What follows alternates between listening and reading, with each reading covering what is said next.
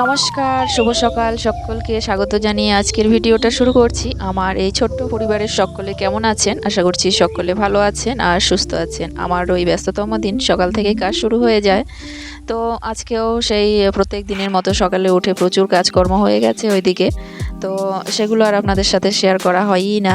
প্রত্যেকটা দিন এরকমই হয়ে থাকে। সকালে উঠে ওই বাইরে চলে যাই, তারপরে আর ঘরে আসাই হয় না। মোবাইলটা যেহেতু ঘরে থাকে সেই জন্য ঘরে আসাও হয় না আর ক্যামেরাও করা হয় না। আর সকালবেলাটা যদি কেউ যদি ঘুম থেকে ওঠে তাহলে আর কি ভিডিও করে দিতে পারে তাহলে বেশ ভালো হয়, কিন্তু কেউ তো সকালে ঘুম থেকে ওঠেই না, সেই জন্য ভিডিও করা হয় না।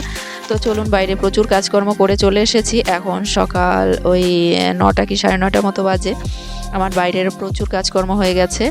ওরা কেউ এখনও ঘুম থেকে ওঠেনি আর আপনাদের দাদাভাইও বাড়িতে নেই, সেই জন্য তো ভাবলাম একটুখানি, যেহেতু ছাতু রয়েছে, আপনারা দেখতেই পেলেন যে কতটুকু ছাতু রয়েছে, তো ওই অল্প একটু ছাতুই আর কি জল দিয়ে মেখে আমি খাচ্ছি।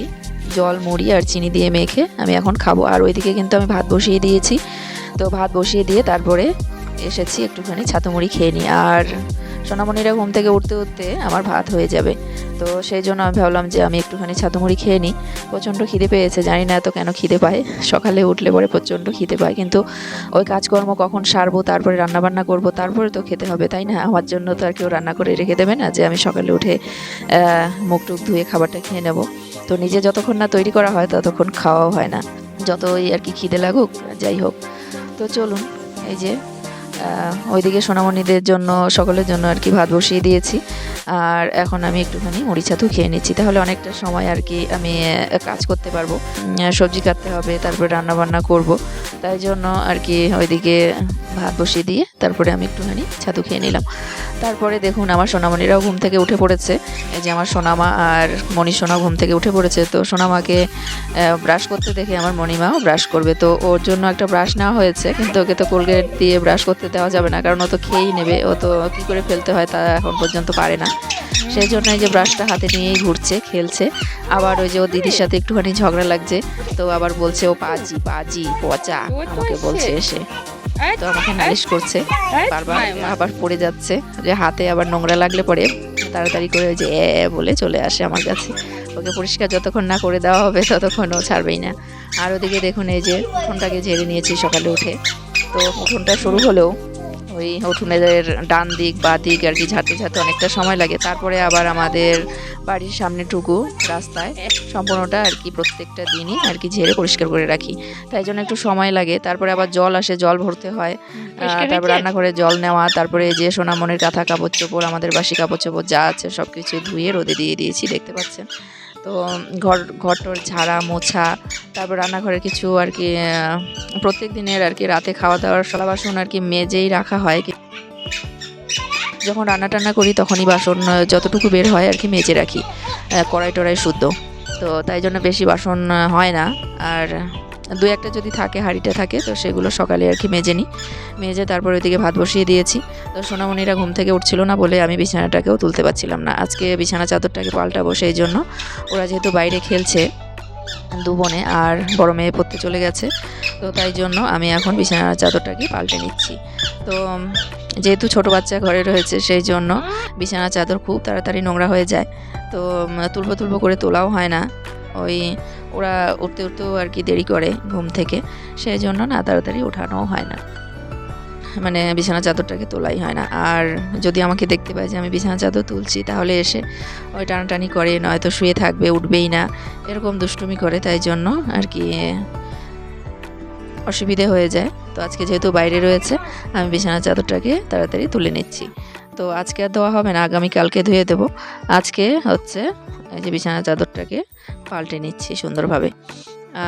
তারপরে এক জায়গায় যাওয়ার আছে, ওইদিকে রান্না কি করেছি তাও আপনাদের সাথে শেয়ার করব। রান্না হয়ে গেছে, সোনামণিদেরকে খেতে দিয়ে দিয়েছি। আমি যেহেতু ছাতু খেয়েছি তাই এখন আর খাবো না, একটু পরে খাবো, তো তাই জন্য ওদেরকে দিয়ে দিলাম। আর দেখুন, এই যে আমার বিছানা চাদর পাল্টানো হয়েও গেছে।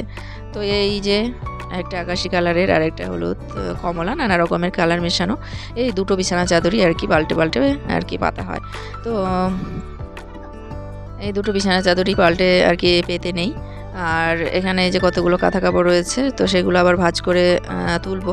আর আজকে রান্না করেছি দেখুন, স্কোয়াশ দিয়ে মুগ ডাল করেছি, তার মধ্যে একটুখানি ধনেপাতা দিয়ে দিয়েছি, বেশ ভালোই লেগেছে। আগে কখনো আর কি ধনেপাতা দিয়ে আমি মুগ ডাল খাইনি, করিও নি, তো আজকে ইচ্ছে হলো, তো একটুখানি পাতা ছিল সেই জন্য দিয়ে দিলাম। আর এখানে যে সব সবজি দিয়ে একটুখানি চচ্চড়ি মতো বানিয়েছি, এরকমভাবে চচ্চড়ি আর কি বানালে আমাদের বাড়িতে ভীষণই পছন্দ করে।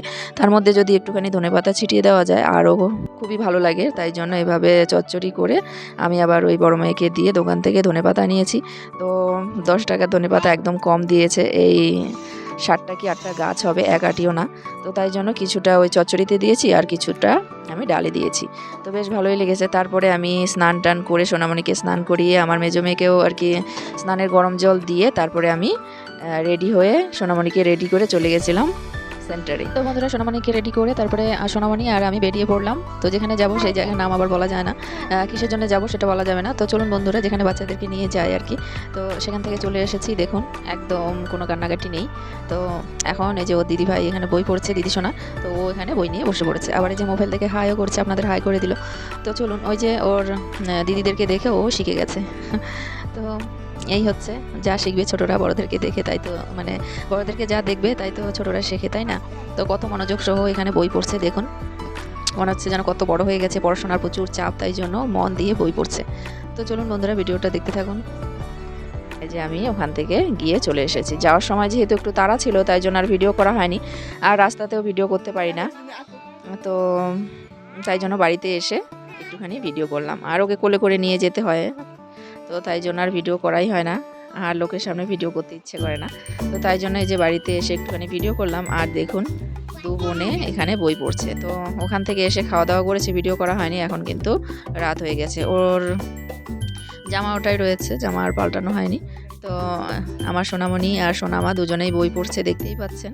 আমার সোনামা বই নিয়ে বসলে পরে ওরও সবসময় বই লাগে, আর ওর সাথে এভাবেই সুন্দরভাবে বসে তারপরে বই পড়ে। দেখুন মনে হচ্ছে কত পড়াশোনায় ভালো, কত যে মনোযোগ সহকারে বই পড়ছে, তো দেখে ভীষণই ভালো লাগে।